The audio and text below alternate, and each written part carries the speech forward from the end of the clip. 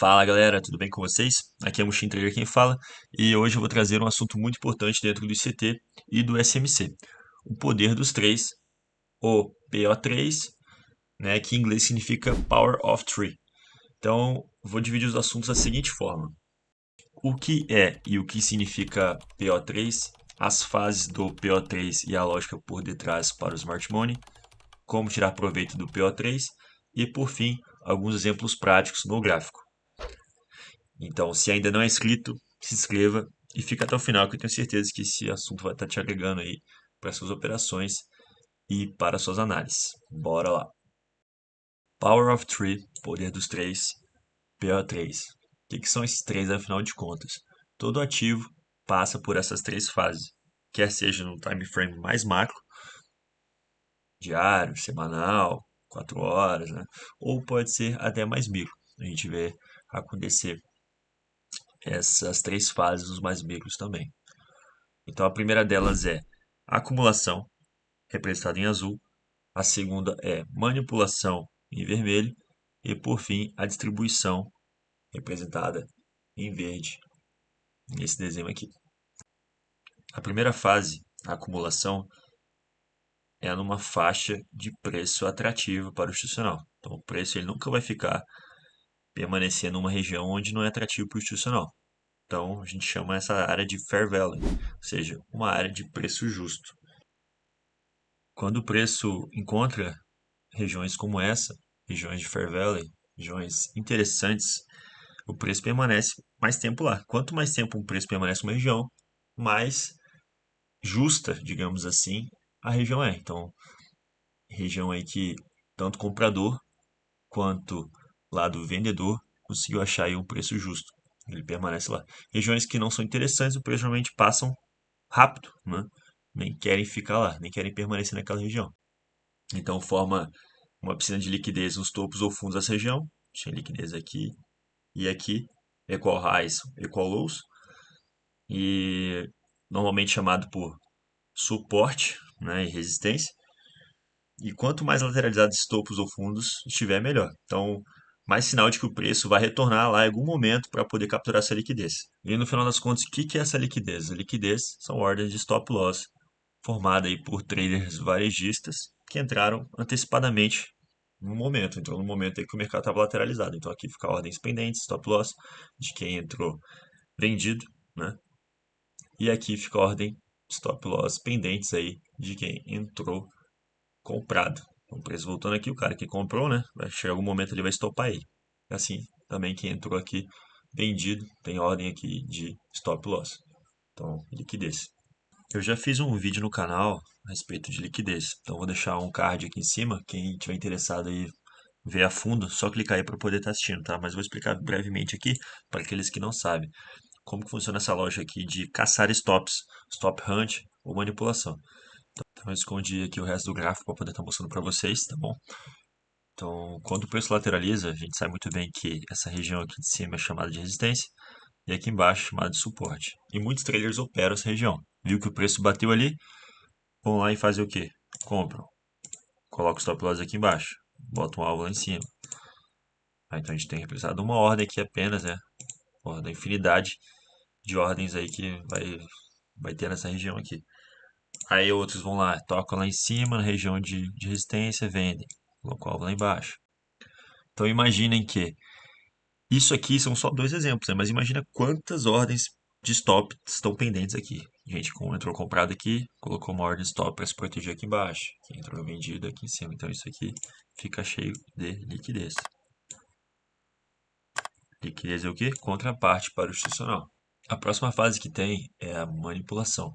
Então a manipulação nada mais é que a captura da liquidez de topos ou fundos que foram lateralizados. Então aqui no caso foi a captura de stops de quem entrou comprado. Colocou o stop loss ali, né? Aqui nessa região de baixo. Tem a manipulação, capturou a liquidez.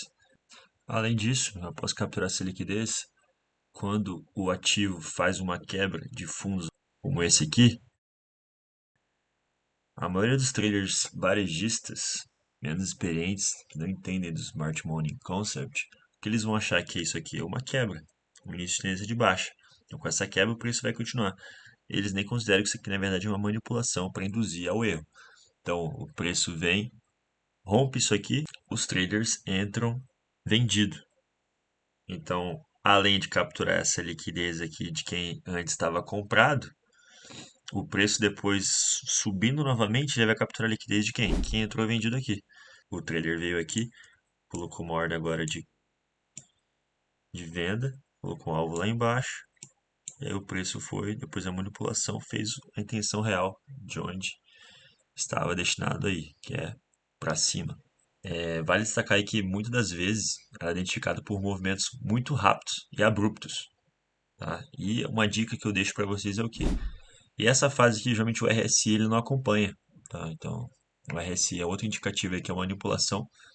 E outro também, uma segunda dica que eu deixo para vocês é o SMT. Então, muitas das vezes aí, quase sempre na verdade, né, é uma manipulação.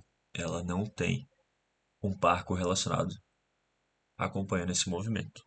Tá? Também tem vídeos no canal aí a respeito de SMT, só depois dá uma olhada aí que vocês vão estar vendo mais a fundo.